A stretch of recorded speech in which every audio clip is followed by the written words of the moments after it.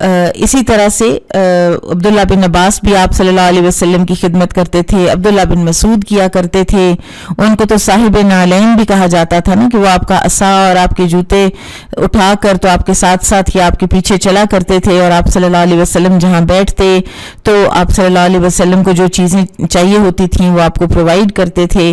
یہ بہرحال حدیث یہاں پر امام بخاری اس لیے لائے ہیں کہ دوران سفر جبہ پہنا جا سکتا ہے، چاہے وہ جنگ کا سفر ہو، چاہے وہ کوئی بھی ہو، اور ایسا کرنا توکل کے منافی نہیں ہے۔ اور پھر یہاں پر ایک اور بات جو ہمیں پتہ چلی وہ یہ ہے کہ چاہے آستینیں کتنی ہی تنگ ہوں، بازوؤں کے اوپر مسا نہیں کیا جائے گا، کیونکہ نبی صلی اللہ علیہ وسلم نے نہیں کیا۔ اور جو خف ہے وہ چمڑے کے موزے کو کہتے ہیں، اور اسی طرح سے مزید دیگر جو ہیں روایات ان میں ہمیں جورب یا جراب کا لفظ بھی ملتا ہے، اور صحابہ کرام سے جراب پر، کاٹن کی جراب، وولن جراب، ان کے اوپر مسا کرنا ثابت ہے، تو لہٰذا دونوں طرح کی جو ہیں ان کے اوپر مسا کیا جا سکتا ہے۔ اور یہ ہم کتاب الصلاۃ میں اور کتاب الطہارہ میں پڑھ آئے ہیں کہ اس کا کیا طریقہ ہوگا مسا کا۔ باب الحریر فی الحرب، لڑائی میں ریشمی لباس پہننا۔ اب جو پیور سلک ہے، ریشم ہے، وہ آپ سب جانتے ہیں کہ امت مسلمہ کے مردوں پر حرام ہے، لیکن بعض صورتحال ایسی ہوتی ہیں کہ جس میں انسان کو اس چیز کی اجازت دے دی جاتی ہے۔ قال حدثنا احمد بن المقدام قال حدثنا خالد بن الحارث قال حدثنا سعيد عن قتادة ان انسا حدثهم ان النبي صلى الله عليه وسلم رخص لعبد الرحمن بن عوف والزبير في قميص من حرير من حكة كانت بهما۔ انس رضی اللہ عنہ سے روایت ہے کہ انہوں نے بیان کیا کہ نبی صلی اللہ علیہ وسلم نے عبد الرحمن بن عوف رضی اللہ عنہ اور زبیر بن عوام رضی اللہ عنہ کو خارش کی وجہ سے ریشمی قمیص پہننے کی اجازت دی۔ اور آپ لوگ سب جانتے ہوں گے کہ یہ جو مکسڈ کپڑا ہوتا ہے، جیسے نائلون ہے یا پولیسٹر ہے، جو مکس ہوتی ہیں جارجٹس وغیرہ، تو ان کو پہننے سے بعض لوگ جو ہیں ان کو ریشز ہو جاتے ہیں، اور وہ پیور کپڑے کے علاوہ کوئی اور چیز وہ پہن ہی نہیں سکتے، وہ مکسڈ کپڑا پہن ہی نہیں سکتے۔ تو اس طرح کی صورتحال میں رسول اللہ صلی اللہ علیہ وسلم نے مردوں کو بھی ریشم پہننے کی اجازت دی، کیونکہ اگر وہ پولیسٹر پہنیں گے یا کوئی ایسی چیز پہنیں گے تو ان کو کوئی یا تو الرجی تھی یا اس وقت کوئی خارش ایسی لاحق تھی کہ وہ کوئی ایسا مکسڈ کپڑا ریشم کے علاوہ کوئی بھی آپ نہیں وہ پہن سک رہے تھے۔ قال حدثنا محمد بن سنان قال حدثنا حمام عن قتادة عن انس رضی اللہ عنہ ان عبد الرحمن بن عوف والزبیر شکوا الى النبی صلی اللہ علیہ وسلم یعنی القمل۔ انس رضی اللہ عنہ ہی سے روایت ہے کہ عبد الرحمن بن عوف اور زبیر رضی اللہ عنہما نے نبی صلی اللہ علیہ وسلم کی خدمت میں جوؤں کی شکایت کی۔ فأرخص لهما فی الحریر، تو آپ صلی اللہ علیہ وسلم نے انہیں ریشم کا لباس پہننے کی اجازت دی۔ فرأیتہ علیہما فی غزات، تو انس فرماتے ہیں کہ میں نے ایک غزوے میں ان حضرات پر ریشمی قمیص دیکھی۔ قال حدثنا مسدد قال حدثنا يحيى عن شعبة قال أخبرني قتادة أن أنسا حدثهم قال رخص النبي صلى الله عليه وسلم لعبد الرحمن بن عوف والزبير بن العوام في حرير۔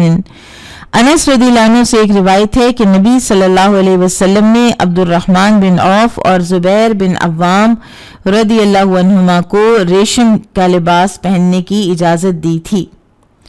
قال حدثني محمد بن بشار قال حدثنا غندر قال حدثنا شعبة قال سمعت قتادة عن انس قال رخص او رخص لهما لحكة بهما۔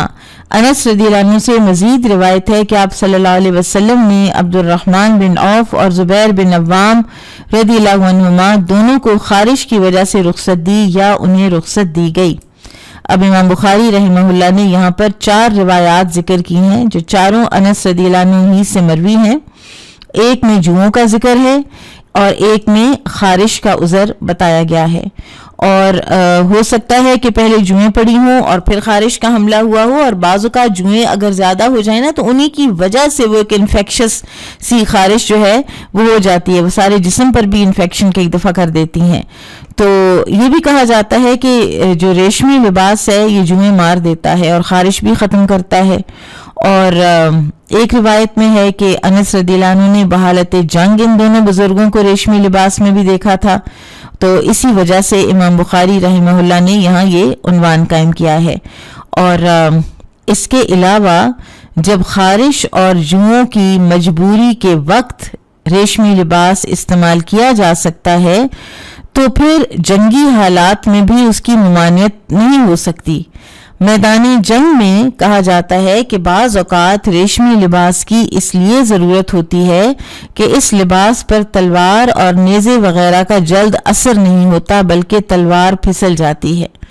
بعض حضرات نے یہ بھی لکھا ہے کہ اس لباس سے دشمن مرعوب ہوتا ہے، اس بنا پر دوران جنگ میں اس کا پہننا جائز ہے. واللہ عالم. باب ما یذکر فی السکین، چھری کے متعلق روایات کا بیان. سکین، چھری، اس کا روٹ ورڈ ہے سین کاف نون. یہ بڑا انٹرسٹنگ عربی زبان کا مزاج اس سے سمجھ آتا ہے کہ کہاں سے کہاں لفظ جو ہے نا وہ آتا ہے. اور سکین، چھری، سین کاف نون، سکون، تو یعنی وہ چیز جس کے نیچے آ کے ذبح ہونے والی چیز سکون میں آ جاتی ہے، ختم ہو جاتی ہے، سٹل ہو جاتی ہے بالکل. قال حدثنا عبد العزيز بن عبد الله قال حدثني إبراهيم بن سعد عن ابن شهاب عن جعفر بن عمرو بن أمية الضمري عن أبيه قال رأيت النبي صلى الله عليه وسلم. عمر بن امیہ دمری رضی اللہ عنہ سے روایت ہے، انہوں نے کہا میں نے دیکھا نبی صلی اللہ علیہ وسلم کو یأکل من کتف، کہ آپ کھا رہے ہیں شانے کا گوشت، یحتز منہا، کاٹ کاٹ کر کھا رہے تھے اس میں سے. ثم دعی الی الصلاۃ، پھر جب آپ کو اس دوران بلایا گیا نماز کے لیے، فصلی، تو آپ نے نماز پڑھی، ولم یتوضا، اور آپ نے وضو نہ کیا. تو ایک مسند احمد کی حدیث ہے کہ اونٹ کا گوشت کھانے کے بعد وضو کیا جائے گا، اور اس کو بعض لوگوں نے مستحب کہا ہے، لیکن زیادہ راجح رائے یہی ہے کہ اونٹ کا گوشت کھانے کے بعد کر لینا چاہیے وضو. نبی صلی اللہ علیہ وسلم کا یہی حکم ہے، یہی فرمان ہے. باقی جو میٹ ہے جیسے بیف ہے، گائے کا ہے، یا لیمب ہے، بکری کا، مٹن ہے تو، یا چکن ہے، تو ان کو کھانے سے، یا فش ہے تو ان کو کھانے سے آپ کو وضو دوبارہ نہیں کرنا پڑتا. چھری استعمال کی جا سکتی ہے کھانا کھانے کے لیے، اگر ہو سکتا ہے گوشت سخت ہو، اس کو کاٹنے میں بعض اوقات ہاتھ سے آپ کاٹیں تو وہ میسی بھی ہو جاتا ہے، یا پھر یہ ہوتا ہے کہ یعنی صحیح طرح سے آپ سے وہ اکھڑتا بھی نہیں ہے. تو اس لیے چھری کی اگر ضرورت محسوس ہو کھانا کھانے میں تو چھری کو استعمال کیا جا سکتا ہے. اور چھری آلات حرب میں سے بھی ہے، یعنی جنگ کے آلات میں سے بھی ہے، اس لیے مجاہد اسے میدان جنگ میں اپنے پاس بھی رکھ سکتا ہے، بوقت ضرورت اسے استعمال بھی کر سکتا ہے. میدان جنگ کے علاوہ بھی دوران سفر بہت سی ضروریات میں چھری کام آ سکتی ہے، اسی لیے سفر میں اسے ساتھ رکھنا جائز ہے. جو لوگ بہت اچھی طرح سے ویل ایکوپڈ ہوتے ہیں تو ان کے پاس سے یہ چیزیں نکلتی ہیں، کینچی، نیل کٹر، چھری ان کے ٹوائلٹ بیگ کے اندر ہوتی ہیں. اور ایک چھری جو ساری زندگی بہت میں جس سے فیسینیٹ ہوئی رہی ہوں، اور ایک وقت تھا کہ جب میرے پاس وہ ہوا بھی کرتی تھی، پھر اس کے بعد وہ گم گئی اور پھر دوبارہ میں لے بھی نہ سکی. آپ میں سے اگر کسی نے اس کا یا سن رکھی ہو یا آپ کے پاس ہو، جس کو سوئس نائف کہتے ہیں، اور اس میں بہت ہی تیز اس کے اندر چھری اور کینچی اور کئی قسم کے نا اس کے اندر وہ ہوتے ہیں، چھوٹا سا ایک وہ ہوتا ہے اسی کے اندر فولڈ ہوئے ہوتے ہیں، وہ بالکل ایک، اگر آپ سامنے دیکھیں تو آپ کو ایسے لگے کہ جیسے بڑے سائز کا نیل کٹر کوئی پڑا ہوا ہے، لیکن اس کے اندر سے نا وہ نکلتی آتی ہیں، کبھی چھری نکل آتی ہے، کبھی کینچی نکل آتی ہے، کبھی اور چیز، کبھی کوئی اور چیز. تو وہ ایک بہت ہی کام کی چیز ہوتی ہے. اگر جو لوگ زیادہ ٹریول کرتے ہیں نا تو ان کے پاس اگر ہو تو ان کو پھر بڑی آسانی رہے. باب ما قیل فی قتال الروم، روم سے جنگ کے متعلق روایات کا بیان. قال حدثني اسحاق بن يزيد الدمشقي قال حدثنا يحيى بن حمزة قال حدثني ثور بن يزيد عن خالد بن معدان عن عمير ابن الاسود الانسیجہ. سبحان اللہ. اب یہاں پر ایک چیز دیکھ لیجئے کہ یہ راوی حدیث ہیں امام بخاری، صحیح بخاری کے راوی ہیں عمیر، اور یہ کس کے بیٹے ہیں؟ اسود الانسی کے. اور آپ کو پتہ ہے اسود الانسی کون تھا؟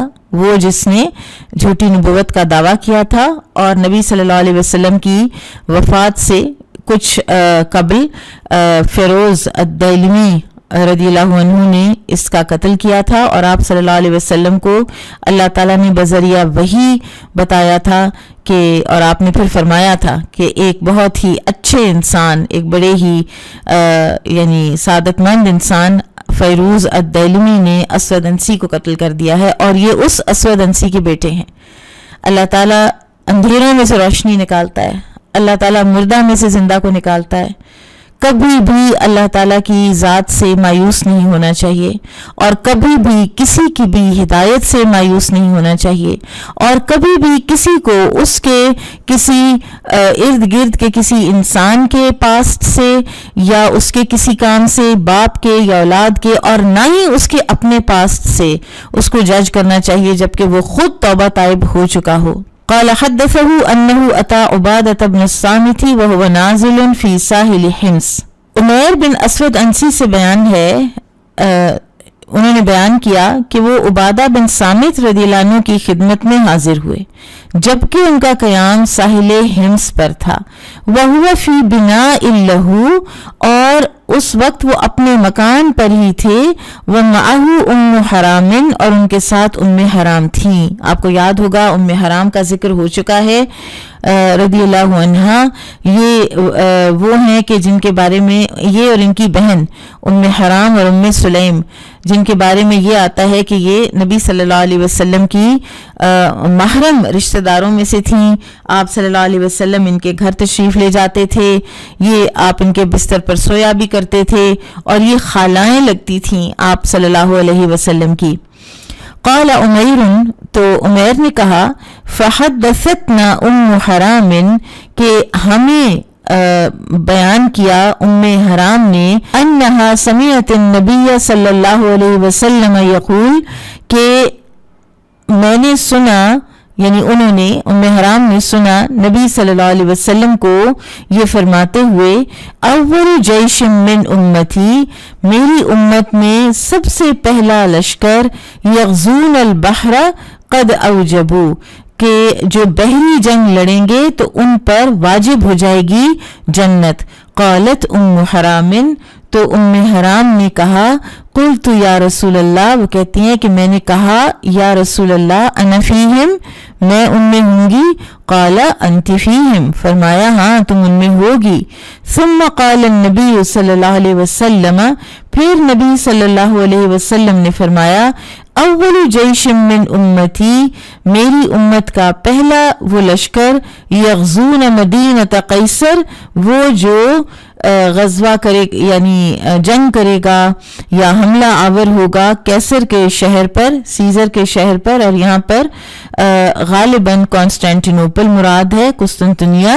مغفور لہم، تو وہ مغفرت یافتہ ہوں گے. فقلت، تو میں نے کہا انا فیہم یا رسول اللہ، کیا میں ان میں ہوں گی یا رسول اللہ صلی اللہ علیہ وسلم؟ قال لا، فرمایا نہیں. اب پہلا جو جہاد ہے، اس کا جو بحری جہاد ہوا ہے، یہ عثمان رضی اللہ عنہ کے دور میں معاویہ رضی اللہ عنہ کے زیر کمان تھا، اور ایک بحری بیڑا انہوں نے تیار کیا. وہ کافی عرصے سے بحری بیڑے کے اور بحری جو نیول ایکسپیڈیشن ہے اس کے حق میں تھے اور چاہتے بھی تھے. حضرت عمر سے بھی اجازت مانگتے رہے، لیکن انہوں نے جو لشکر کی ایک لارجر انٹرسٹ ہے اور ان کی سیکیورٹی ہے اس کے پیش نظر اس کی اجازت نہ دی. بہرحال لیٹر آن پھر عثمان رضی اللہ عنہ سے انہوں نے اجازت لی، اور سن 28 ہجری میں سائپرس کے عیسائیوں پر چڑھائی کی، اور اس میں ام حرام بھی شریک تھیں، اور آپ کو یاد ہوگا وہیں پر یہ اپنی سواری سے گر کر شہید ہو گئی تھیں. دوسرا جو کانسٹینٹینوپل کا ہے یہ معاویہ رضی اللہ عنہ کے دور حکومت میں ہوا، اور یہ زیر کمان تھا یزید بن معاویہ کے، اور قسطنطنیہ پر مسلمانوں نے حملہ کیا تھا، اور اسی لشکر میں ابن عباس، ابن عمر، ابو ایوب انصاری رضی اللہ عنہ جیسے اکابر صحابہ شامل تھے، اور یہاں پر ابو ایوب انصاری رضی اللہ عنہ شہید ہوئے تھے، اور شہادت کے وقت انہوں نے وصیت کی تھی کہ انہیں قسطنطنیہ کے دروازے کے پاس دفن کیا جائے، چنانچہ ایسا ہی کیا گیا۔ آج ادھر استنبول میں اس کے بالکل ایک سائیڈ پر سبربز ہی ہیں وہ، جہاں پر ابو ایوب انصاری رضی اللہ عنہ کا مزار بتایا جاتا ہے، پوری اونچی ایک قبر اور اس کے گرد گولڈن جنگلہ، اور وہاں پہ اس طرح سے ہے، اور یہ حدیث بھی لکھی ہوئی ہے، اور بہرحال کچھ جو کنٹمپریری اسکالرز ہیں وہ کہتے ہیں کہ ہم یہ یقین سے نہیں کہہ سکتے کہ یہ انہی کی قبر ہے، لیکن بہرحال دفن وہ ادھر ہی ہیں۔ باب قتال الیہود، یہودیوں سے لڑائی کا بیان۔ قال حدثنا اسحاق بن محمد الفروی قال حدثنا مالک عن نافع عن عبد الله بن عمر رضی اللہ عنہما ان رسول اللہ صلی اللہ علیہ وسلم قال تقاتلون اليهود حتى يختبئ أحدهم وراء الحجر فيقول يا عبد الله هذا يهودي ورائي فاقتله۔ عبداللہ بن عمر رضی اللہ عنہما سے روایت ہے کہ رسول اللہ صلی اللہ علیہ وسلم نے فرمایا تم یہودیوں سے جنگ کرو گے یہاں تک کہ اگر کوئی یہودی کسی پتھر کے پیچھے چھپا ہوگا تو وہ پتھر بول کر کہے گا کہ اے اللہ کے بندے یہ میرے پیچھے یہودی چھپا ہوا ہے، اسے قتل کر ڈالو۔ یہ قرب قیامت کا بیان ہے۔ عیسیٰ علیہ السلام کے نزول کے وقت یہ جو پیشن گوئی ہے نا یہ ظاہر ہوگی۔ قال حدثنا اسحاق بن ابراہیم قال اخبرنا جریر عن عمارة ابن القعقاع عن ابی زرعة عن ابی ہریرة رضی اللہ عنہ عن رسول اللہ صلی اللہ علیہ وسلم قال لا تقوم الساعة حتى تقاتل اليهود حتى يقول الحجر وراءه اليهودي يا مسلم هذا يهودي ورائي فاقتله۔ ابو ہریرہ رضی اللہ عنہ سے روایت ہے، وہ رسول اللہ صلی اللہ علیہ وسلم سے بیان کرتے ہیں، آپ صلی اللہ علیہ وسلم نے فرمایا قیامت قائم نہیں ہوگی یہاں تک کہ تم یہودیوں سے جنگ کرو گے، حتیٰ کہ جس پتھر کے پیچھے یہودی چھپا ہوگا وہ پتھر کہے گا اے مسلم میرے پیچھے یہودی چھپا ہوا ہے، اسے قتل کر دے۔ اب یہ جو پیشن گوئیاں ہیں یہ قرب قیامت کی ہیں، اور یہ جو ایک جنگ ہے ملحمۃ الکبریٰ، تو اس کا یہ بیان ہے کہ دنیا کی ساری جو انینیمیٹ چیزیں بھی جو ہیں وہ بھی اس وقت مسلمانوں کا ساتھ دیں گی، امام مہدی ہوں گے، عیسیٰ علیہ السلام کا نزول ہوگا، اور امام مہدی جو ہیں وہ اس وقت نماز پڑھانے کی تیاری کر رہے ہوں گے، اور وہ دمشق کے سفید مینار والی مسجد کے قریب عیسیٰ علیہ السلام کا نزول ہوگا، وہ پہچان لیں گے، وہ کہیں گے اے روح اللہ آپ نماز پڑھائیے، تو وہ کہیں گے کہ نہیں نماز آپ ہی پڑھائیں گے۔ اور پھر اس کے بعد جو عیسیٰ علیہ السلام کا دجال کو قتل کرنا ہے، اور پھر مسلمانوں کی یہود کے ساتھ جو جنگ ہے، اس میں پھر ہمیں امام مہدی کا اس کے بعد کوئی ذکر نہیں ملتا، یا تو وہ شہید ہو گئے ہیں اسی کسی مارکے میں، واللہ عالم، یہ تو اللہ تعالیٰ ہی بہتر جانتے ہیں۔ پھر یہ ہے کہ یہ جو سارا جو قرب قیامت کا جو ہے نا مارکا، اس میں بس صرف یہ علاقہ جو ہے نا مڈل ایسٹ کا یہی مینشنڈ ہے حدیث کے اندر۔ دنیا کی بڑی بڑی سپر پاورز رشیا، چائنا، امریکہ، یہ علاقے یہ اس وقت کس حال میں ہوں گے؟ سپر پاورز ہی ہوں گے یا تباہی کا شکار ہو چکے ہوں گے، ان کی معیشتیں یا ان کو تباہ کریں گی، یا جو بھی واللہ عالم کہ کیا ہوگا، یا یہ بالکل تماشائی کی حیثیت رکھے ہوئے ہوں گے۔ ان کی کوئی سگنیفیکنس ایز سچ نہیں بتائی گئی کہ ان کا کیا رول ہوگا۔ عیسیٰ علیہ السلام کا آسمان سے نزول دمشق میں ہونا ہے، اور وہیں لد کے مقام پر جو انہوں نے قتل کرنا ہے دجال کو، اور سارا کچھ جو ہے نا وہ اس علاقے میں ہی ہے۔ تو واللہ عالم کہ باقی دنیا جو ہے اس وقت خاموش تماشائی بنی ہونی ہے، یا مل جانا ہے اپنے اپنے سائیڈوں کے ساتھ، کیونکہ یہ جو آخری جنگ ہے اس میں اور کسی مذہب کا ذکر ہی نہیں ہے، نہ کسی ہندو کا، نہ کسی سکھ کا، نہ کسی بدھسٹ کا، کسی کا اور ذکر ہی نہیں ہے، بات صرف اینڈ میں آ کے مسلمان اور یہودی کی رہ جانی ہے۔ تو اس سے پہلے کیا ہو چکا ہے، اور عیسیٰ علیہ السلام کے آنے پر اتنی تو سمجھ آتی ہے کہ جو لوگ بالکل جو سادہ لو عیسائی ہیں اور وہ عیسیٰ علیہ السلام سے محبت بھی کرتے ہیں اور ان سے عقیدت بھی رکھتے ہیں، اور تو ان کے نزول جو ہونا ہے مسلمانوں کے گروپ کے اندر، تو اس وقت بہت سے عیسائی جو ہیں وہ مسلمان تو ہو جانے ہیں اور وہ ان کے ساتھ آ کے مل بھی جانے ہیں۔ پھر اسی طرح سے ایک اور ہمیں حدیث ملتی ہے کہ جس میں ہمیں یہ بھی پتہ چلتا ہے اب کس سیکوینس سے یہ چیزیں ہونی ہیں، کب ہونی ہے، یہ اللہ ہی بہتر جانتا ہے، لیکن ایک اور ہمیں جو بات پتہ چلتی ہے وہ یہ ہے کہ ایک کوئی جنگ مسلمانوں اور رومنز نے، یعنی سمجھ آتی ہے کہ کرسچنز نے ایک تیسری طاقت کے خلاف بھی لڑنی ہے، مل کے بھی لڑنی ہے، اور پھر وہ جنگ میں فتح بھی حاصل ہونی ہے، اور فتح حاصل ہو جانے کے بعد ان کی آپس میں پھوٹ پڑنی ہے۔ یہ آگے اللہ ہی بہتر جانتا ہے کہ کب اور کیا اور کس طرح سے ہونا ہے۔ باب قتال الترک، ترکوں سے جنگ کا بیان۔ قال حدثنا ابو النعمان قال حدثنا جرير بن حازم قال سمعت الحسن يقول قال حدثنا عمرو بن تغلب قال، یہ عمرو بن تغلب کون ہے؟ نبی صلی اللہ علیہ وسلم کے پاس ایک مرتبہ کچھ مال غنیمت یا کوئی اس طرح کا کوئی خراج یا کچھ آیا مال، تو آپ صلی اللہ علیہ وسلم نے لوگوں کو بانٹ دیا، اور عمرو بن تغلب بھی وہاں موجود تھے اور ان کو کچھ نہیں دیا۔ تو وہ کہتے ہیں کہ میرے دل میں تھوڑی سی آئی کہ مجھے تو بالکل کچھ بھی نہیں دیا آپ صلی اللہ علیہ وسلم نے۔ آپ صلی اللہ علیہ وسلم نے فرمایا، اور آپ سمجھ جایا کرتے تھے انسان کے احساسات کو، جذبات کو، تو آپ صلی اللہ علیہ وسلم نے فرمایا کہ کچھ لوگ ایسے ہیں کہ جن کو میں ان کی تعلیف کے لیے، تعلیف قلب کے لیے ان کو بہت کچھ دیتا ہوں، جبکہ کچھ اور ہوتے ہیں کہ جن کا دل، یعنی یہ مفہوم ہے حدیث کا کہ دلی طور پر میرا ان کے ساتھ زیادہ تعلق ہوتا ہے، یعنی یہ مفہوم ہے، براڈر مفہوم ہے ان الفاظ کا، اور لیکن ان کو میں کچھ نہیں دیتا۔ تو ان میں سے ایک عمرو بن تغلب بھی ہے۔ تو عمرو بن تغلب کہتے ہیں کہ مجھے نبی صلی اللہ علیہ وسلم کے اس فرمان کی اتنی خوشی ہوئی کہ جو مجھے سرخ اونٹوں کے ملنے پر بھی نہ ہوتی۔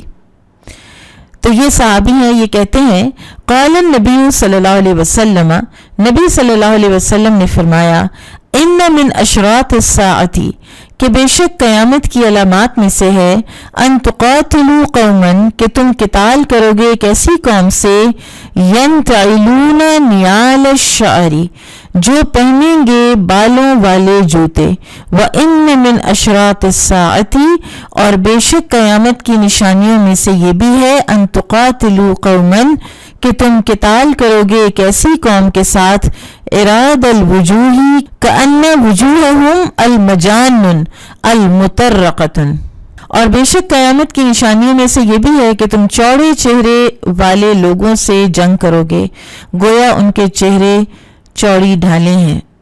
اگلی حدیث بھی دیکھ لیتے ہیں۔ قال حدثني سعيد بن محمد قال حدثنا يعقوب قال حدثنا أبي عن صالح عن الأعرج قال قال أبو هريرة رضي الله عنه قال رسول الله صلى الله عليه وسلم، ابو ہریرہ رضی اللہ عنہ سے روایت ہے، انہوں نے کہا کہ رسول اللہ صلی اللہ علیہ وسلم نے فرمایا لا تقوم الساعة حتى تقاتل الترک، قیامت قائم نہیں ہوگی یہاں تک کہ تم قتال کر لو ترکوں کے ساتھ، صغار الاعین، چھوٹی آنکھوں والے، حمر الوجوہ، چہرے سرخ، ظلف الانوف، چپٹی ناک، کأن وجوہہم، گویا کہ ان کے چہرے المجانن المطرقۃ، چوڑے چوڑے اور طے بتہ ہوں گے۔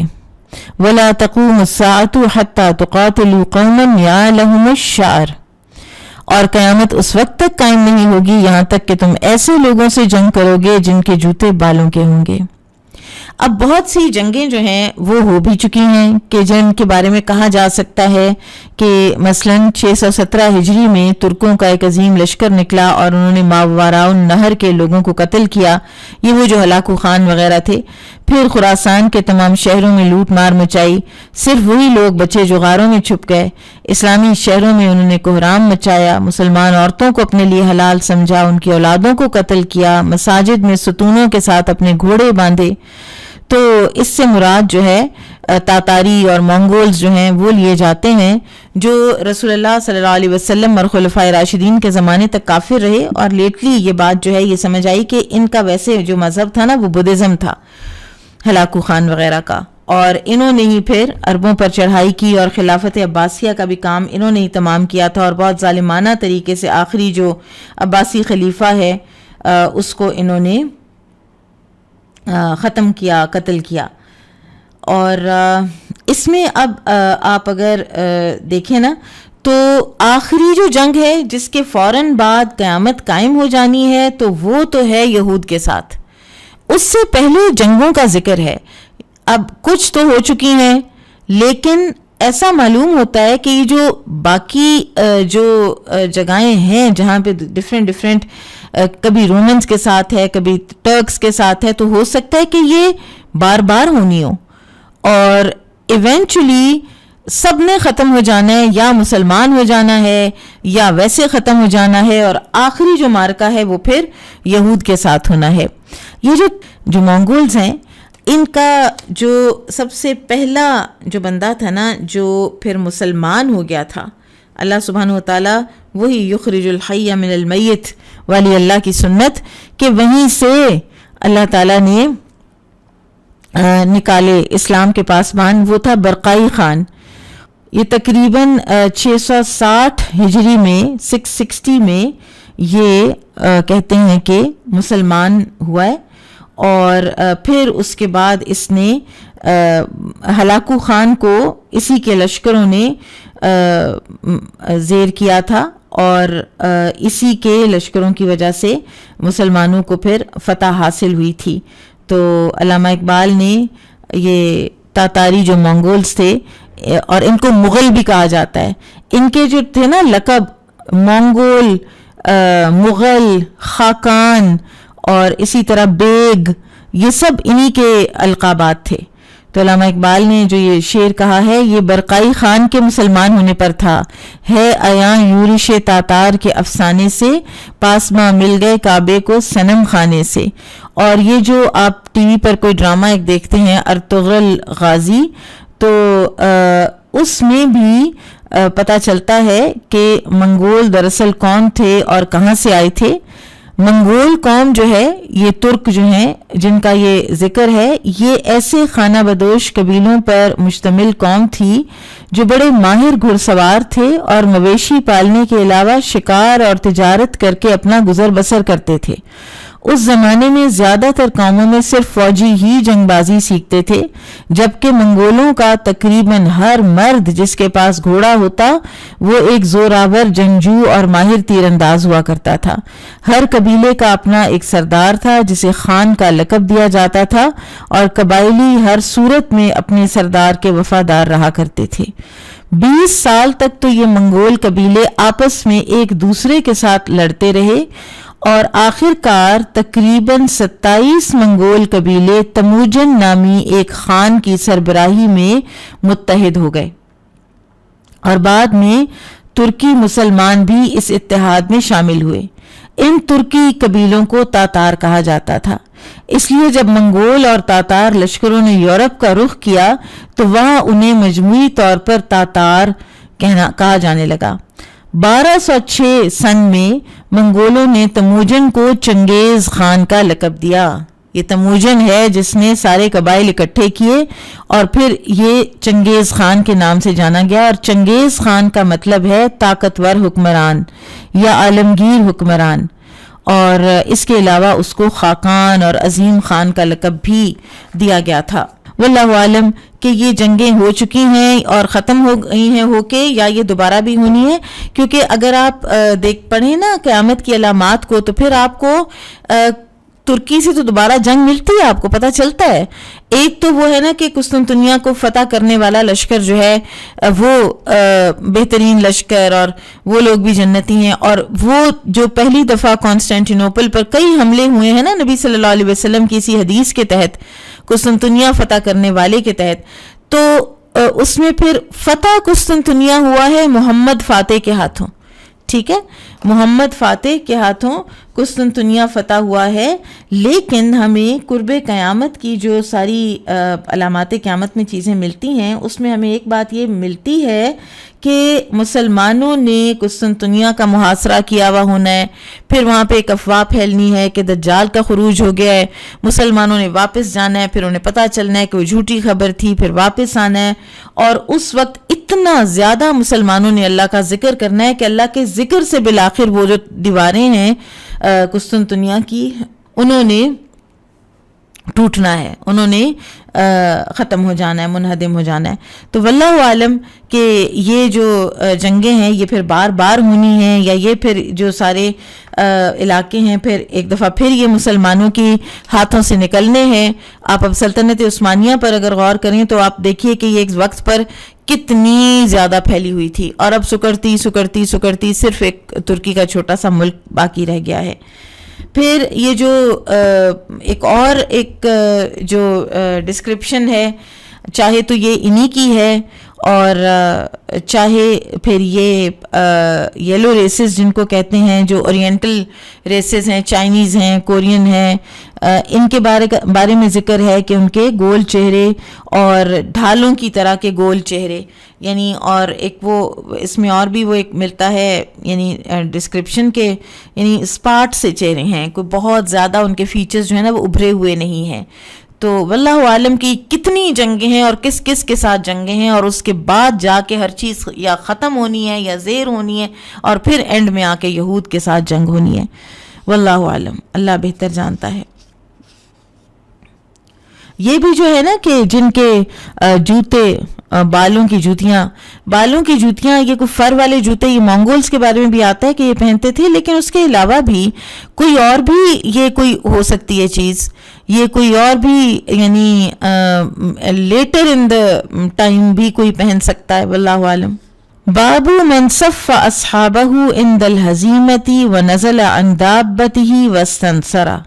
شکست کی صورت میں اپنے ساتھیوں کی دوبارہ صف بندی کرنا اور سواری سے اتر کر اللہ سے مدد مانگنا.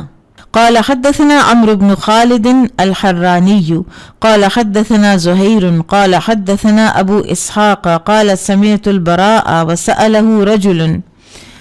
براء بن عازب رضی اللہ عنہما سے روایت ہے، ان سے کسی نے پوچھا، کسی آدمی نے، اکنتم فررتم یا ابا عمارۃ یوم حنین، اے ابو عمارہ کیا آپ لوگوں نے غزوہ حنین میں فرار اختیار کر لیا تھا؟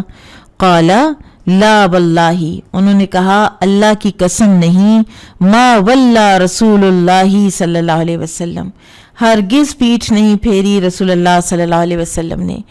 بڑی ہی خوبصورت بات ہے اور بڑا ہی خوبصورت یہ ایک ادب کا انداز ہے جو کہ صحابہ کے اندر تھا، کہ انہوں نے تو پوچھا ہے کہ کیا تم لوگوں نے فرار اختیار کیا تھا.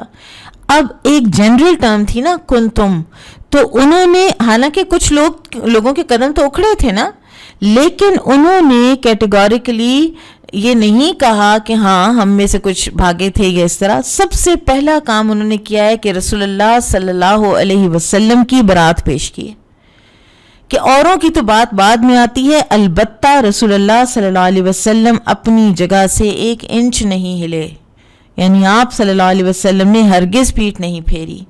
یہ ادب کا تقاضا ہے کہ سب سے پہلے آپ نے کسی کی عزت کا خیال کرنا ہے، کسی کی ادب کا خیال کرنا ہے تو اللہ کے رسول صلی اللہ علیہ وسلم ہوں گے، باقی ہر کوئی اس سے پیچھے ہے. وَلَكِنَّهُ خَرَجَ شُبَّانُ أَصْحَابِهِ، البتہ آپ کے اصحاب میں کچھ نوجوان تھے، وَخِفَافُهُمْ خُسَّرَا، اور ان کا سر و سامان بہت تھوڑا تھا، یعنی بے سر و سامان تھے. لَيْسَ بِسِلَاحٍ، ان کے پاس کوئی اسلحہ نہیں تھا، یعنی کوئی زرہ وغیرہ بھی نہیں تھی. فَأَتَوْا قَوْمًا رُمَاتًا تو ان کا پالا ایک تیر انداز قوم کے ساتھ پڑ گیا. جمع حوازن و بنی نصر جو کہ بنو حوازن اور بنو نصر کی جماعتیں تھیں.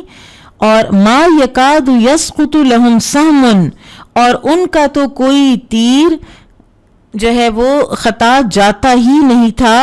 فرشقوہم رشقا ما یکادون یخطئون ان کا تیر کم ہی خطا جاتا تھا چنانچہ انہوں نے خوب تیر برسائے اور وہ نشانے سے خطا نہیں کرتے تھے. فَأَقْبَلُوا هُنَالِكَ إِلَى النَّبِيِّ صلی اللہ علیہ وسلم اس دوران میں مسلمان نبی صلی اللہ علیہ وسلم کے پاس جمع ہوئے. وَهُوَ عَلَى بَغْلَتِهِ الْبَيْضَاءِ اور آپ اپنے سفید خچر پر سوار تھے. وَابْنُ عَمِّهِ ابو سفیان ابن الحارث اور آپ کے چچا زاد بھائی ابو سفیان بن حارث بن عبد المطلب یقود بِهِ آپ کی سواری کی لگام تھامے ہوئے تھے. فنزل واستنصر آپ صلی اللہ علیہ وسلم نے سواری سے اتر کر اللہ تعالیٰ سے دعا مانگی. ثم قال پھر فرمایا انا النبی لا کذب انا ابن عبد المطلب میں نبی ہوں اس میں غلط بیانی کا کوئی شائبہ نہیں اور میں عبد المطلب کا بیٹا ہوں. ثم صف اصحابہ اور پھر آپ نے اپنے ساتھیوں کی از-سر-نو صف بندی کی. بحیثیت انسان صحابہ پر ایسے سخت وقت آئے ہیں کہ جب ان کو ایک دم کچھ سمجھ نہیں آئی تو کسی کا کہ قدم اکھڑے ہیں کچھ لوگوں کے بیچ میں سے اور آپ صلی اللہ علیہ وسلم نے پھر واپس بلایا تو ان کے واپس بلانے پر وہ واپس آئے. لہٰذا سپہ سالار جو ہے وہ سواری سے اتر کر صف بندی دوبارہ کرنا، موٹیویٹ کرنا، اللہ تعالیٰ سے اپنی نصرت و فتح کی دعا مانگنا، یہ سب کچھ جائز ہے اور نبی صلی اللہ علیہ وسلم کی عین سنت کے مطابق ہے. اور حنین کا دن تو آپ کو یاد ہوگا، سیرہ جنہوں نے پڑھ رکھی ہے اور سورہ التوبہ میں بھی اس کا ذکر ہے کہ حنین کے دن جب تمہیں اپنی تعداد کی کثرت کا غرور آ گیا اور پھر زمین اپنی وسعت کے باوجود تم پر تنگ ہو گئی، یہ وہی اسی کا ذکر ہے کہ ان کو یہ تھا کہ ہم تو جب بدر میں 313 تھے تو ہم تب نہیں ہارے تو آج تو ہم 12,000 ہیں. اس دن یہ 12,000 تھے. فتح مکہ کے فوراً بعد یہ غزوہ پیش آیا تھا.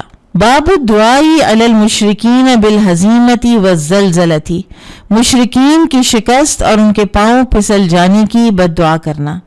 قال حدثنا ابراہیم بن موسیٰ قال اخبرنا عیسیٰ عن ہشام عن محمد عن عبیدۃ عن علی رضی اللہ عنہ قال لما كان يوم الاحزاب قال رسول اللہ صلی اللہ علیہ وسلم. علی رضی اللہ عنہ سے روایت ہے انہوں نے کہا کہ رسول اللہ صلی اللہ علیہ وسلم نے غزوہ احزاب کے موقع پر فرمایا تھا ملأ اللہ بیوتہم وقبورہم نارا بھر دے اللہ تعالیٰ ان کافروں کے گھروں کو اور قبروں کو آگ سے. شغلونا عن صلاۃ الوسطی انہوں نے ہمیں صلاۃ وسطی سے روکے رکھا، یعنی اتنا مشغول کیا جنگ میں اور ایسے حملہ آور رہے کہ ہم صلاۃ وسطی بھی ادا نہ کر سکے. حتی غابت الشمس یہاں تک کہ سورج غروب ہو گیا. تو جنگ میں دعا کی جا سکتی ہے یا بد دعا کی جا سکتی ہے کافر کے خلاف، کافر قوم کے خلاف. قال حدثنا قبیصة قال حدثنا سفیان عن ابن ذکوان عن الأعرج عن ابی ہریرہ رضی اللہ عنہ قال كان النبی صلی اللہ علیہ وسلم يدعو في القنوت. ابو ہریرہ رضی اللہ عنہ سے روایت ہے انہوں نے کہا کہ نبی صلی اللہ علیہ وسلم قنوت کے وقت یہ دعا پڑھا کرتے تھے اللہم انجی سلمۃ بن ہشام، اللہم انجی الولید بن الولید، اللہم انجی عیاش بن ابی ربیعہ، اللہم انجی المستضعفین من المؤمنین، اللہم اشدد وطأتک علی مضر، اللہم سنین کسنی یوسف. سبحان اللہ. اے اللہ سلمہ بن ہشام کو نجات دے، اے اللہ ولید بن ولید کو نجات دے، اے اللہ عیاش بن ابی ربیعہ کو نجات دے. یہ وہ لوگ ہیں کہ جن کو ان کے رشتہ داروں نے قید کر رکھا تھا مکہ میں ان کے اسلام کی وجہ سے. اے اللہ تمام کمزور مسلمانوں کو نجات دے، اے اللہ قبیلہ مدر پر اپنا سخت عذاب نازل فرما، اے اللہ ایسا قحط نازل فرما جیسا یوسف علیہ السلام کے زمانے میں پڑا تھا. اب یوسف علیہ السلام کے زمانے کا جو قحط تھا نا، اس قحط سے خیر ہی خیر نکلی تھی. آپ صلی اللہ علیہ وسلم کی جو یہ ایک طرح کی دعا ہے اگینسٹ دا کفار، یہ کیسی دعا ہے کہ ایسا قحط کہ جس سے پھر بعد میں خیر نکلے. اور پھر وہ قحط پڑا، اور پھر یہ ابو سفیان نبی صلی اللہ علیہ وسلم کے پاس آئے کہ آپ تو صلہ رحمی کا سبق دیتے ہیں، تو آپ اللہ سے دعا کریں، ہم اب درختوں کی چھالیں کھانے پر ہم آ گئے ہیں اب، اور ہمارا اب کوئی حال نہیں، ہم کہیں بھی، ہم آسمان بھی یہ اوپر دیکھتے تو ان کو دھول ہی دھول نظر آتی تھی. ایسا کوئی ڈراؤٹ تھا اور ایسی خشکی اور ڈسٹ ہی ڈسٹ ہر طرف تھی. تو پھر آپ صلی اللہ علیہ وسلم نے دعا فرمائی تھی اور پھر وہ ہٹ گیا تھا قحط. آپ دیکھیے کہ کس طرح جو تھے موسیٰ علیہ السلام کے وقت کے لوگ بھی، کہ جب قحط پڑا یا کوئی بھی وہ جو آتے تھے، کبھی مینڈک کا عذاب، کبھی خون کا عذاب، کبھی قحط کا، تو وہ آ کے موسیٰ علیہ السلام کو کہتے تھے ادعو لنا ربک، ہمارے لیے اپنے رب کو پکارو. یہی کام انہوں نے کیا ہے قریش نے، کہ تم اے نبی صلی اللہ علیہ وسلم آپ دعا کیجئے اللہ تعالیٰ سے کہ ہم پر سے قحط ہٹا دیں.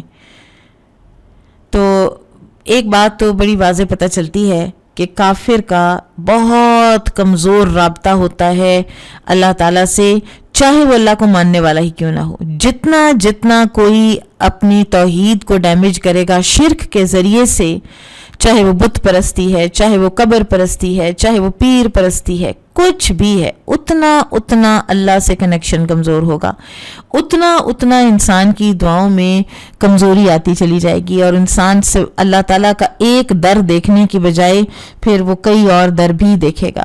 پھر اس سے بعض علماء نے یہ بھی نکالا ہے کہ آج بھی اگر آپ کو کوئی ہندو، کوئی عیسائی، کوئی غیر مسلم آپ کو کہتا ہے کہ آپ میری صحت کے لیے دعا کر دیں، اور وہ کوئی ایسی چیز کی دعا کرواتا ہے آپ سے کہ جس کا آپ کا یا امت مسلمہ کو اس سے کوئی نقصان نہیں ہے، تو آپ وہ دعا کر دیجئے اس کے لیے، اور ساتھ ہی اس کی ہدایت کی دعا بھی کر دیجئے. لیکن ایک مسلمان کسی غیر مسلم کو کہے کہ تم اللہ سے میرے لیے دعا کرو، یا تم اپنے خدا سے میرے لیے دعا کرو، یا تم اپنے ٹیمپل میں جا کر میرے لیے دعا کرو، تو یہ درست نہیں ہے. یہ پھر اس کے ایمان کی انتہا کے لیول کی کمزوری ہے، اور یا پھر اس کے اندر ایمان ہے ہی نہیں. البتہ جو فزیکل علاج ہیں، جیسے میڈیکل علاج جو ہیں، وہ اگر کوئی طبیب ہے، مسلمان طبیب ہے، تو وہ نان مسلم کا علاج کر سکتا ہے. نان مسلم طبیب ہے تو وہ حلال طریقے کے ذریعے سے ایک مسلمان کا بھی علاج کر سکتا ہے. اس میں کوئی حرج نہیں ہے، جسمانی علاج میں حرج نہیں ہے اگر اس کے اندر کوئی بھی حرام طریقہ شامل نہ ہو. واللہ عالم. قال حدثنا احمد بن محمد قال اخبرنا عبد الله قال اخبرنا اسماعيل بن ابي خالد انه سمع عبد الله بن ابي اوفى رضي الله عنهما يقول، عبداللہ بن ابی اوفا رضی اللہ عنہما سے روایت ہے، وہ فرماتے ہیں دعا رسول اللہ صلی اللہ علیہ وسلم، دعا فرمائی رسول اللہ صلی اللہ علیہ وسلم نے، اور یہ بد دعا تھی یوم الاحزاب، احزاب کے دن، غزوہ خندق کے دن، علی المشرکین، مشرکین کے خلاف. فقال، تو آپ صلی اللہ علیہ وسلم نے فرمایا اللہم منزل الکتاب، اے اللہ کتاب کو نازل کرنے والے، سریع الحساب، جلد حساب لینے والے، اللہم اہزم الاحزاب، اے اللہ ان کافروں کے لشکروں کو شکست دے دے، اللہم اہزمہم وزلزلہم، اے اللہ ان کو شکست دے دے اور ان کے پاؤں اکھاڑ دے، انہیں ہزیمت سے دوچار کر دے، ان کے پاؤں اکھڑ جائیں. اب کفار کے لیے شکست اور میدان سے بھاگنے کی بد دعا ہے، ہلاکت کی بد دعا نہیں ہے، کیونکہ عین ممکن ہے کہ ان میں سے بہت سے بعد میں مسلمان ہو جائیں، اور کتنے مسلمان ہوئے، خالد بن ولید، عمرو بن العاص، ابو سفیان خود، اور کتنے اور لوگ جو ڈیفرنٹ جو احزاب آئے ہوئے تھے، ان میں سے کتنے لوگ مسلمان ہوئے ہیں، اور پھر ان کی اولادوں میں سے مسلمان ہوئے. تو مکمل نیست و نابود ہونے کی بد دعا نہیں کی آپ صلی اللہ علیہ وسلم نے ان کے لیے. قال حدثنا عبد الله بن أبي شيبة قال حدثنا جعفر بن عون قال حدثنا سفيان عن أبي إسحاق عن عمرو بن ميمون عن عبد الله رضي الله عنه قال كان النبي صلى الله عليه وسلم يصلي في ظل الكعبة. عبداللہ بن مسعود رضی اللہ عنہ سے روایت ہے، انہوں نے فرمایا کہ نبی صلی اللہ علیہ وسلم کعبہ کے سائے میں نماز پڑھ رہے تھے. مکی دور کا ذکر ہے. فقال ابو جہل وناس من قریش، تو ابو جہل اور قریش کے چند لوگوں نے کہا، یعنی آپس میں مشورہ کیا، اور مشورہ اس بات کا تھا کہ آپ صلی اللہ علیہ وسلم کو تنگ کیا جائے. وَنُحِرَتْ جَزُورٌ بِنَاحِيَةِ مَكَّةَ، چنانچہ مکہ سے باہر ایک اونٹنی ذبح کی گئی تھی. فَأَرْسَلُوا، تو انہوں نے اپنے آدمی بھیجے. فَجَاءُوا مِنْ صَلَاحَا، اور وہ اس کی جھلی اٹھا لائے. سبحان اللہ، وہ جو رحم کی جھلی ہوتی ہے نا جس میں بچہ لپٹا ہوتا ہے. وَتَرَهُ عَلَيْهِ، اور اسے آپ صلی اللہ علیہ وسلم کے اوپر ڈال دیا جب آپ سجدے میں تھے.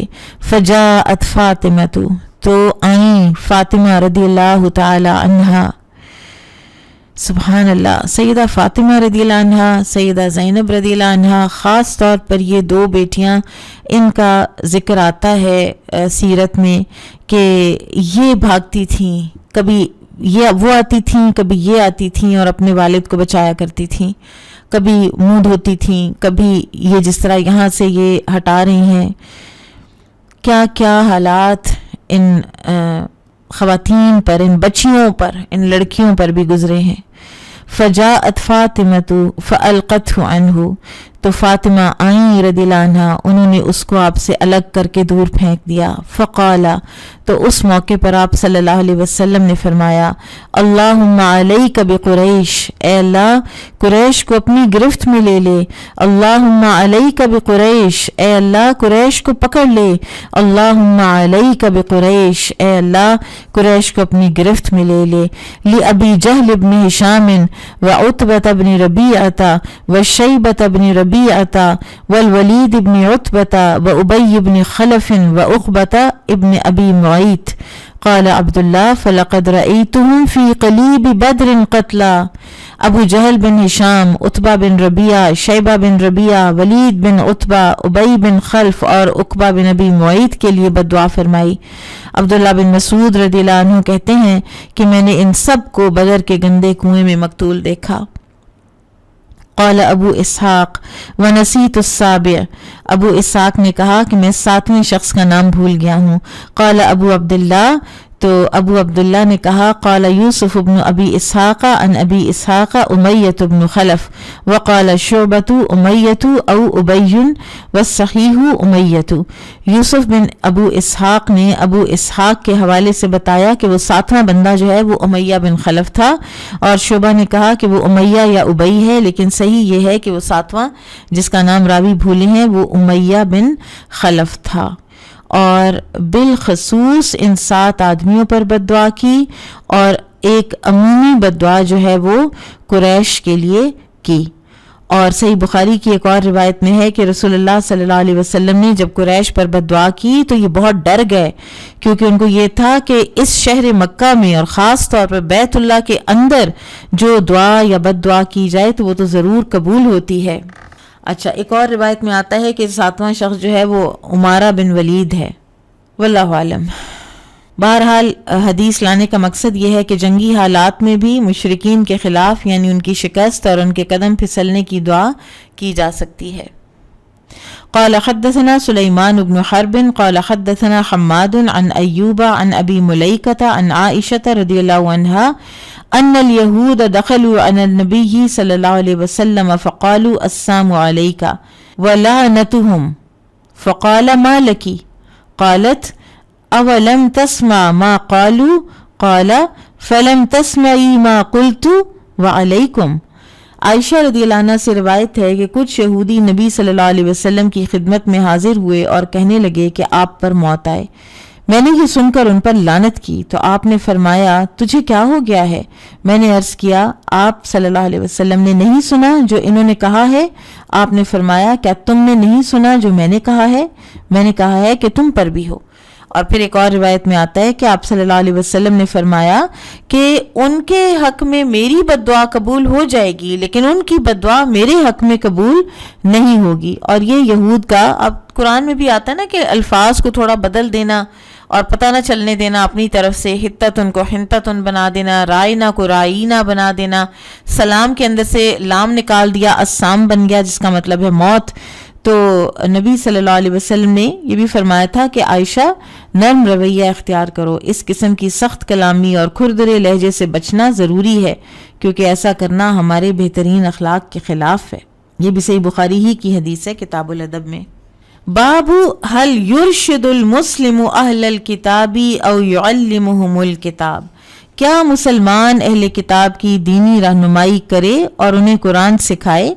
قال حدثنا اسحاق قال اخبرنا یعقوب بن ابراہیم قال حدثنا ابن اخی ابن شہاب عن عمه قال اخبرني عبید اللہ بن عبد اللہ بن عتبۃ بن مسعود ان عبد اللہ بن عباس رضی اللہ عنہما اخبره ان رسول اللہ صلی اللہ علیہ وسلم كتب الى قیصر وقال فإن توليت فإن عليك اثم الأریسیین. عبداللہ بن عباس رضی اللہ عنہما سے روایت ہے کہ رسول اللہ صلی اللہ علیہ وسلم نے شاہ روم قیصر کو خط لکھا کہ اگر تو نے دعوت اسلام سے اعراض کیا تو عوام لوگوں کا گناہ بھی تیرے سر ہوگا. اریسیین عام جو لوگ ہیں، پیزنٹس، جو وہاں کے عوام الناس تھے. اور ہرقل کو آپ صلی اللہ علیہ وسلم نے دین اسلام کی دعوت دی اور وہ شخص جو ہے وہ مان بھی گیا. آپ صلی اللہ علیہ وسلم نے اس خط میں قرآن کی ایک آیت بھی لکھی تھی، اور لیکن ماننے کے بعد جب اس نے یہ دیکھا کہ اس کے امیر وزیر تو یہ چاہتے نہیں ہیں کہ ہم سب مسلمان ہو جائیں تو پھر وہ مسلمان نہ ہوا. لیکن بہرحال اس سے امام بخاری یہاں لے کر آئے ہیں کہ کوئی بڑے سے بڑا بھی دشمن ہو، عیسائی ہو، یہودی ہو، جو کوئی بھی وہ ہو، تو اس کو آپ قرآن کی تعلیم دے سکتے ہیں کیونکہ خط میں قرآن کی آیت لکھی ہوئی تھی. ٹھیک ہے، لیکن یہ اس وقت جائز ہوگا کہ جب ان سے خیر کی امید ہو، اور اگر ان سے گستاخی اور بے ادبی کا اندیشہ ہو تو ہمیں یہ حدیث بھی ملتی ہے کہ دشمن کے سرزمین پر قرآن کو اس طرح نہیں لے جانا چاہیے جہاں یہ پتہ ہو کہ انہوں نے اس کی بے ادبی کرنی ہے. اب تو اللہ تعالیٰ نے ہمارے لیے بڑی آسانیاں پیدا کر دی ہیں کہ ہمیں ایز بک قرآن کو اتنا اٹھا کر لے جانا ضروری نہیں رہ گیا ہوا، اور ہمارے لیے یہی ہے کہ ہم اپنی ایپس کھولیں اور ہم پڑھیں ان کو، قرآن پاک کو. اسی طرح آپ صلی اللہ علیہ وسلم عبداللہ بن ابی جو منافق ہے اس کے مسلمان ہونے سے پہلے اس کے پاس سے گزرے، اور اس کی مجلس میں مسلمان، مشرک، اہل کتاب سب لوگ بیٹھے ہوئے تھے، تو اس وقت بھی آپ صلی اللہ علیہ وسلم نے ان پر قرآن پڑھا تھا. تو اس حدیث سے معلوم ہوا کہ اہل کتاب کو قرآن کریم کی تعلیم دی جا سکتی ہے، بلکہ دینی چاہیے. اب آپ ذرا سورۃ الکہف کی ابتدائی آیات پر غور کریں نا کہ وہ کیا ہیں. لِيُنذِرَ الَّذِينَ قَالُوا اتَّخَذَ اللَّهُ وَلَدًا. یہ قرآن کیوں نازل ہوا ہے؟ اس کا ایک مقصد نزول کا کیا ہے کہ تاکہ تم ڈراؤ ان لوگوں کو جو کہتے ہیں کہ اللہ نے اولاد بنا رکھی ہے. اور یہ وہ 10 آیات ہیں کہ جو فتنہ دجال سے بچانے والی ہیں. تو کتنا ضروری ہے کہ ہم لوگوں کو کے لیے کہ ہم اہل کتاب تک اور خاص طور پر عیسائیوں تک پہنچائیں اللہ کا کلام. اگر آپ کرسچینٹی کے کچھ پڑھیں نا، ذرا تھوڑی سی ان ڈیپتھ اسٹڈی کریں تو آپ کو واضح طور پر ایک بات سمجھ آتی ہے کہ بہت سے جو ان کے پریسٹس ہیں اور بہت سے جو ان کے اسکالرز ہیں ان کو بڑی اچھی طرح سے پتہ ہے کہ یہ ٹرینٹی جو ہے یہ عیسائیت کا حصہ نہیں ہے، یہ عقیدہ تثلیث عیسائیت کا حصہ نہیں ہے. یہ سینٹ پال جو اصلاً ایک اسرائیلی تھا، یہودی تھا، عیسیٰ علیہ السلام سے بغض رکھتا تھا، عیسیٰ علیہ السلام کے رفع کے بعد اس نے ایک یہ لٹرلی یہ ایک ڈرامہ رچایا اس نے کہ مجھے عیسیٰ علیہ السلام ملے ہیں اور انہوں نے مجھے کہا ہے کہ تم مجھے کیوں پریشان کرتے ہو، مجھے کیوں اذیت پہنچاتے ہو. تو یہ بے ہوش ہو گیا تھا میں راستے میں، اور میں فلسطین سے جا رہا تھا یونان کی طرف، اور راستے میں میرے ساتھ یہ پیش آیا ہے واقعہ، مجھے ویژن آئی ہے، تو اب تو میں ان کا حواری بن گیا ہوں. تو شروع میں حواریوں کو ذرا تھوڑا سا تھا کہ یہ کہاں سے بیچ میں آ گیا ہے، لیکن بہرحال پھر حواریوں نے اس کو ایکسیپٹ کیا. سادہ لا تھے، انہوں نے ایکسیپٹ کیا. پھر یہ بندہ جو ہے اس نے یہ ٹرینٹی کا سارا عقیدہ جو ہے یہ نکال کے اپنے ذہن سے اور اس کو اس نے کر دیا پیش، اور پھر آہستہ آہستہ لوگ اس کی طرف مائل ہونے لگ گئے. اور پھر جب کانسٹنٹائن جو بادشاہ ہے، یہ 350s کی بات ہے، یعنی نبی صلی اللہ علیہ وسلم سے پہلے، یعنی عیسیٰ علیہ السلام کے تقریباً 300 سال بعد یہ کاؤنسل آف نائسیا ہوئی تقریباً 325 میں، اور اس میں یہ ڈکلیئر کر دیا گیا کہ ہم نے جو آفیشیل جو کرسچینٹی ہے وہ ہے جو سینٹ پال نے دی ہے، اور وہ ٹرینٹی کا عقیدہ ہے. باقی جو سارے یونیٹیرین تھے جو توحید کو مانتے تھے، ان سب کو باغی اور بدعتی قرار دے دیا گیا، اور کسی کو قتل کرایا گیا اور کسی کو جلا وطن کیا گیا، اور باقی ساری اناجیل جو ہیں ان کو ضائع کروا دیا گیا، اور یہ 4 گاسپلز جو ہیں ان کو اس نے باقی رکھا. تو یہ جو کیسر ہے اس وقت کا وہ ٹرینٹی کے اوپر ہی تھا، رومن کیتھولک کہتے ہیں تھا یہ، اور ٹرینٹی کے اوپر تھا، اور اس کو آپ صلی اللہ علیہ وسلم نے یہ دعوت دی. اور سورہ کہف میں بھی جن لوگوں کو دعوت دینے کا ذکر ہے ابتدائی آیات میں، وہ وہی ہیں جو اس عقیدے کے اوپر ہیں. اور یہ اتنا کمزور عقیدہ ہے، اس کے بارے میں کہتے ہیں کہ یہ جو ان کا ہے نا کہ father is not God, son is not God, Holy Ghost is not God, and پتہ نہیں اور کیا ہے، they are at the same time they are gods but they are not 3 gods, they are 1 god. اور اس قسم کی نا کوئی جو ملغوبہ سا ہے ان کے عقائد کا. تو ایک باقاعدہ کتابیں اس بات کے اوپر لکھی گئی ہیں کہ اس کو ایکسپلین کیسے کیا جائے اب اس ساری چیز کو، اور اس پورا جو علم ہے اس کو کرسچولوجی کا نام دیا گیا، مسیحیت، کرسچولوجی. تو بہرحال ہمارا تو کام یہ ہے کہ ہم قرآن کو عام کریں. ہم تو ابھی مسلمانوں تک نہیں پہنچا پا رہے، تو آپ سوچئے کہ کام کتنا زیادہ ہے. اللہ تعالیٰ توفیق عطا فرمائے. ہمیں وہ حدیث یاد رہنی چاہیے جو نبی صلی اللہ علیہ وسلم نے علی رضی اللہ عنہ سے کہا تھا خیبر کی طرف، ان کو وہ جو قلعہ ہے جو فتح نہیں ہو رہا تھا اس کی طرف بھیجتے ہوئے، کہ اگر تم سے ایک شخص بھی ہدایت یافتہ ہو جاتا ہے تو تمہارے لیے وہ سرخ اونٹوں سے بہتر دولت ہے. باب الدعاء للمشرکین بالہدی لیتألفہم، مشرکین کے لیے ہدایت کی دعا کرنا تاکہ انہیں مانوس کیا جائے. قال حدثنا ابو الیمانی قال اخبرنا شعیب قال حدثنا ابو الزنادی ان عبد الرحمن قال قال ابو ہریرہ رضی اللہ عنہ قدم طفیل بن عمرو الدوسی واصحابہ علی النبی صلی اللہ علیہ وسلم فقالوا، ابو ہریرہ رضی اللہ عنہ سے روایت ہے، انہوں نے کہا کہ طفیل بن عمرو الدوسی رضی اللہ عنہ اور ان کے ساتھی نبی صلی اللہ علیہ وسلم کی خدمت میں حاضر ہوئے اور عرض کیا، یہ قبیلہ دوس کے ہی ابو ہریرہ خود بھی ہیں رضی اللہ عنہ. یا رسول اللہ، اے اللہ کے رسول، ان دوسن عصت، کہ قبیلہ دوس نے نافرمانی کی ہے، وہ ابت، اور انہوں نے اسلام قبول کرنے سے انکار کر دیا ہے. فدع اللہ علیہا، تو آپ اللہ سے ان کے متعلق بددعا کریں. فقیلا ہلکت دوسن، اور تب کہا گیا کہ قبیلہ دوس تو برباد ہو جائے گا اگر اب نبی صلی اللہ علیہ وسلم نے ان کے خلاف بددعا کر دی. تو آپ صلی اللہ علیہ وسلم نے کیا فرمایا؟ قال اللہم اہدی دوسن وأتی بہم، اے اللہ قبیلہ دوس کو ہدایت نصیب فرما اور انہیں حق کی جانب لیا.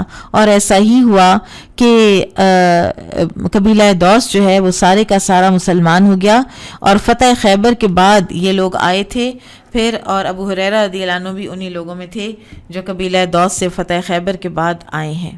سبحانک اللہم و بحمدک اشہد ان لا الہ الا انت استغفرک و اتوب الیک. السلام علیکم و رحمۃ اللہ وبرکاتہ.